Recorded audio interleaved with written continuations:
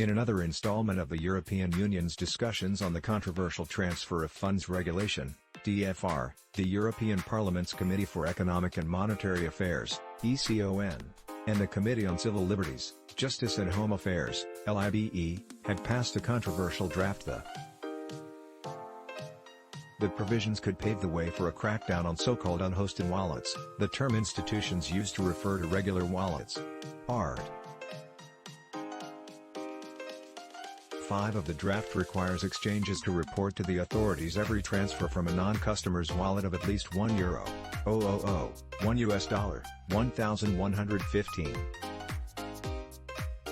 Fearing the legislation's potentially destructive impact on the sector, crypto industry representatives and bodies such as Global Digital Finance, GDF, have called on the members of the European Parliament to adopt a proportionate approach to unhosted wallets, reinstate the €1, 000 threshold and, in line with earlier expectations, the Socialists and Democrats, the second largest group in the parliament, as well as far-left and Green MEPs voted in favor of some of the controversial measures. The European People's Party, EPP, the largest group, opposed them.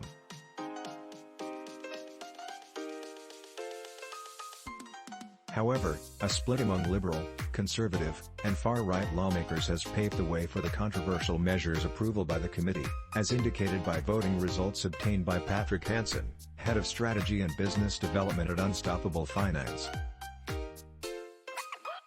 Following the vote, the regulation could either be moved to a plenary vote by the 705 European lawmakers from 27 member states, or be submitted directly for informal tripartite discussions, also known as trilogues, which could end with a provisional agreement on the draft legislation.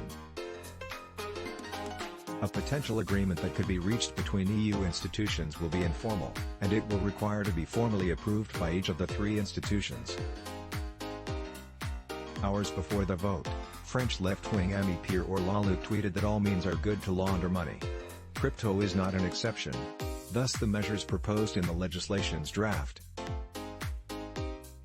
Such an approach was ridiculized by Stefan Berger, a German lawmaker from the EPP who is in charge of shepherding MiCA. The MEP said that, based on Lalucq's stance, he would have to show my ID for every cash purchase in the supermarket.